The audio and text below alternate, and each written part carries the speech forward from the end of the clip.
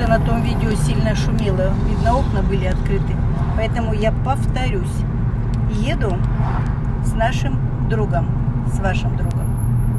Он рядом сидит. И он у меня спрашивает, а сколько лет Чавкиной? Я и говорю, сколько лет. Он не может быть. А сколько лет Лилии Юзман? Я тоже говорю. Он тоже в шоке. Но когда я сказала, сколько лет Галины Григорьевны, он вообще чуть с руля не упал. Слава богу, удержала. А сколько лет, говорит, Чекалиной? Тоже сказала. А Ивановой-то сколько лет?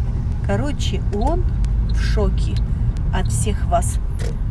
Но еще у меня спрашивает, а вот на розовой машинке забываю все имя. Я ему говорю, ну, Женя Чурсина. Да, Женя Чурсина. А ей-то сколько лет? Я говорю, сколько тебе, Женя, лет? Он тоже в шоке. В общем, короче, он, девчонки, от нас сегодня в шоке. Про меня он, правда, не спросил, сколько мне лет. Ну, слава богу, 25 мы прошли с вами рубеж, 35 прошли, 45 прошли, а 55 мы еще чуть-чуть с вами не дошли. Чуть-чуть. Всем вам, абсолютно всем здоровья. И жду, конечно, встречи, когда мы с вами все встретимся. Хоть даже и коронавирус этот. Но мы будем в масках. Чавкина, давай придумывай что-нибудь.